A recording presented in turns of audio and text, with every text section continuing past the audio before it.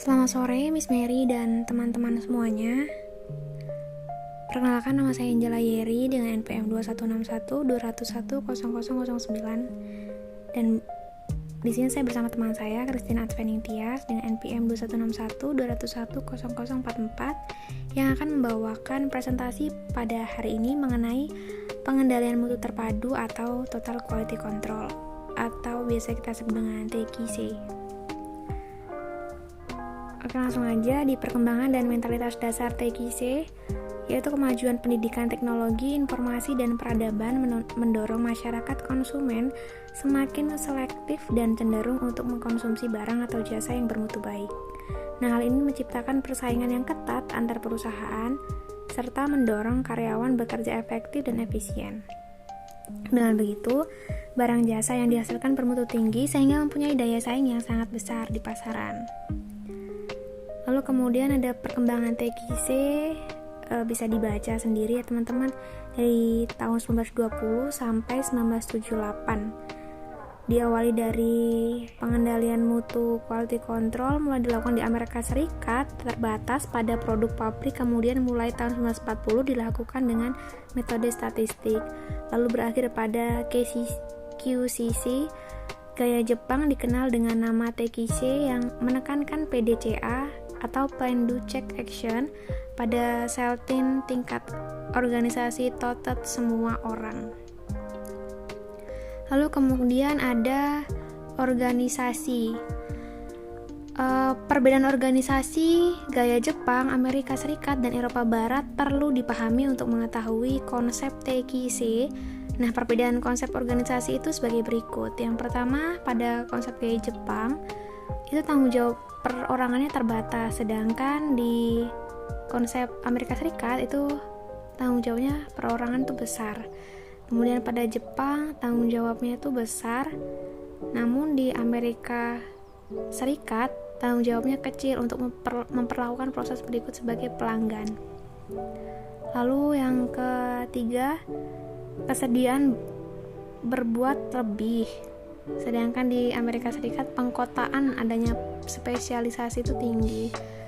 Itu di konsep TQC-nya sendiri adalah pengendalian mutu dengan fakta. Kemudian ada konsep Jepang, kesadaran kelompok.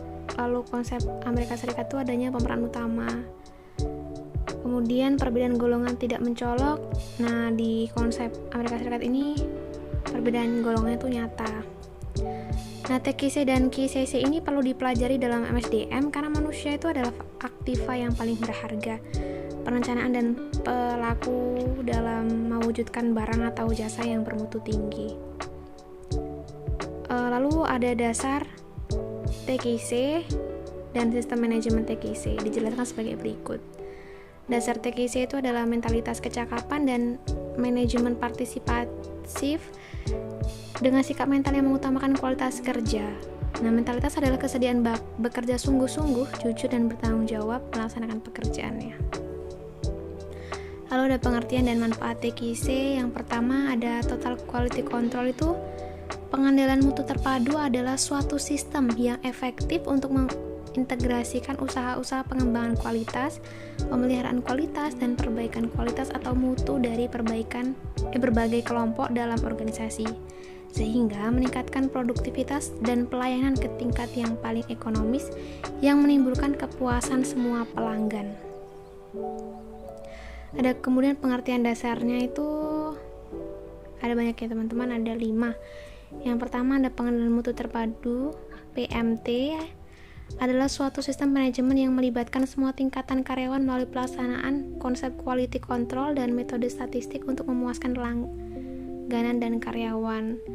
Ada QCC atau bisa disebut dengan GKM, adalah kelompok kecil karyawan dari lingkup kerjasama yang dengan sukarela melakukan kegiatan pengendalian dengan menggunakan teknik quality control.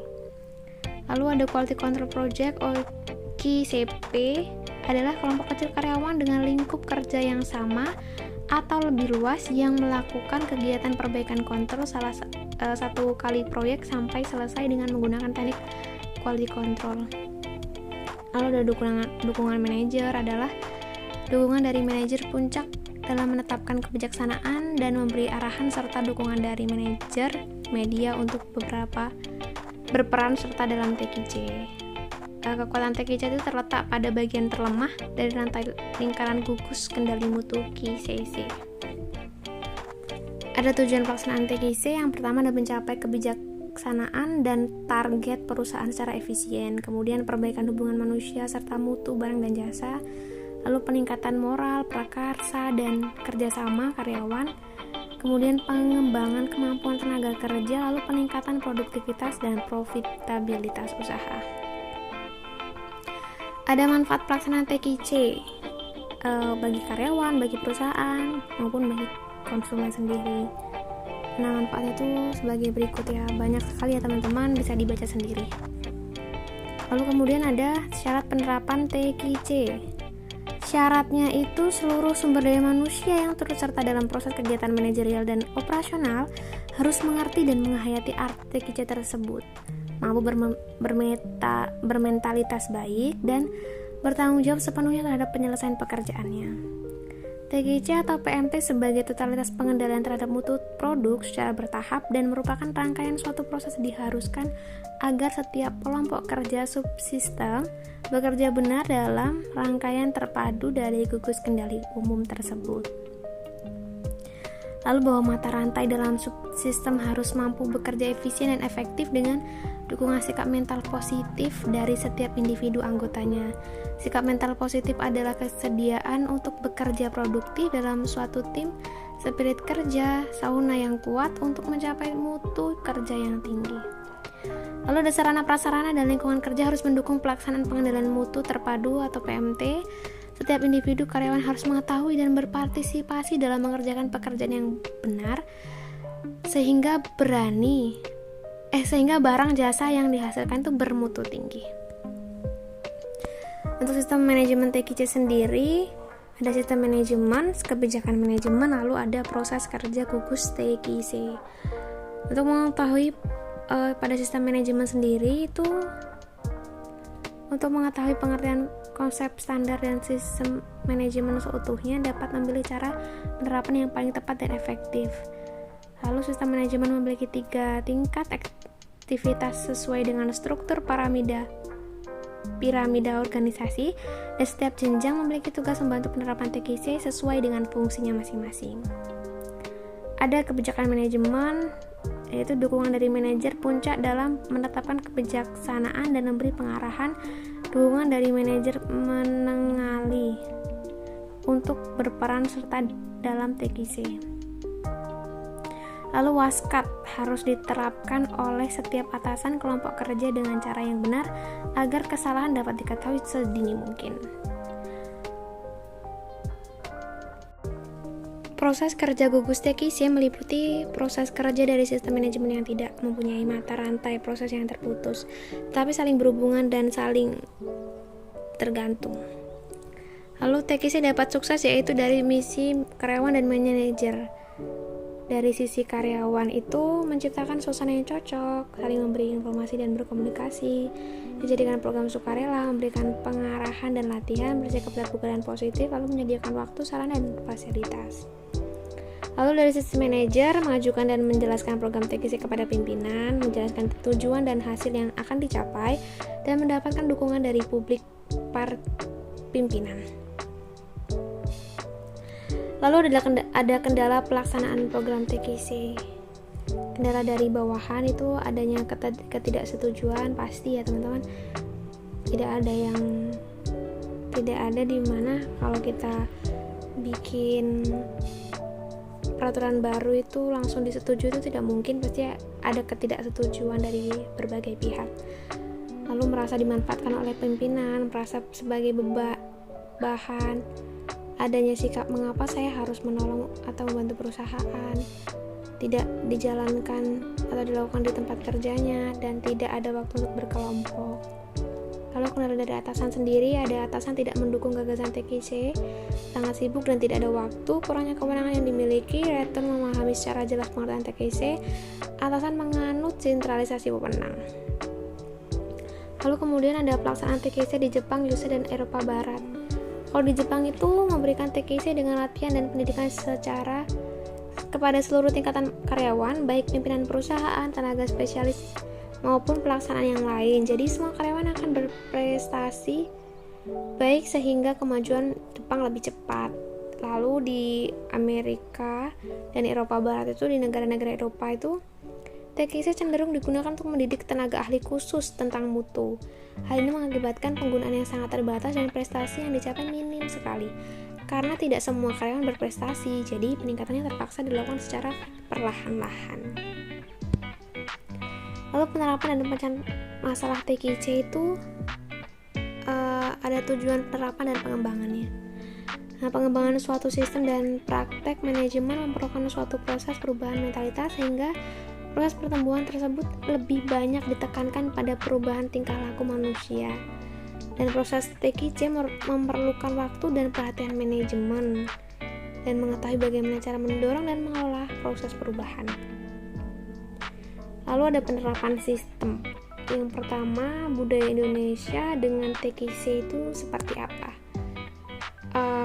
Budaya Indonesia itu kan kental dengan asas kekeluargaannya, gotong royong, tuturi handayaninya, dan Bhinneka Tunggal Ika. Dimana TKC itu juga memiliki bagian-bagian tersebut, seperti jika ada asas kekeluargaan, maka di TKC itu kan ada juga kerjasamanya. Jadi itu udah di Indonesia tuh udah ada adab yang sama dengan TKC. Lalu gotong royong itu untuk partisipasi, dan tuturi handayani itu bagaimana kita menghargai sesama, dan Bhinneka Tunggal Ika bagaimana menghargai keunikan dan kreativitas antar karyawan. Lalu ada dasar-dasar pemecahan masalah. Yang pertama ada identifikasi masalah dengan meneliti apa dan bagaimana masalah yang timbul. Kemudian pengembangan alternatif pemecahan masalah yang mungkin dapat menyelesaikan masalah tersebut. Pemilihan alternatif yang baik yang dilakukan berdasarkan kriteria yang dipergunakan.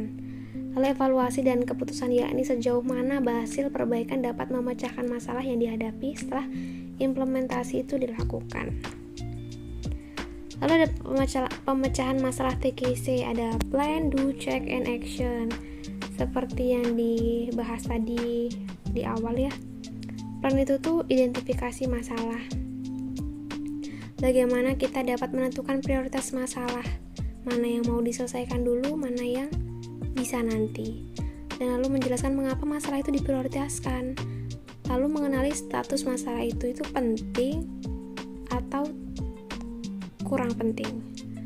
Lalu pengembangan alternatif, susun langkah-langkah perbaikannya.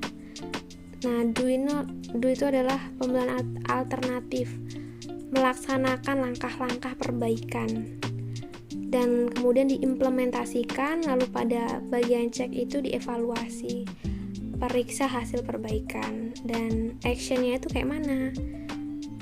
Nah, itu mencegah terulangnya masalah lagi dan menggarap masalah selanjutnya. Maksudnya menggarap masalah selanjutnya itu adalah yang tadi di bawahnya prioritas utama. Jadi masalah yang ada di urutan kedua itu digarap, dilakukan plan, do, check, action kembali. Oke, itu saja yang bisa saya sampaikan pada materi hari ini. Jika ada yang ingin ditanyakan, bisa langsung ditanyakan. Terima kasih.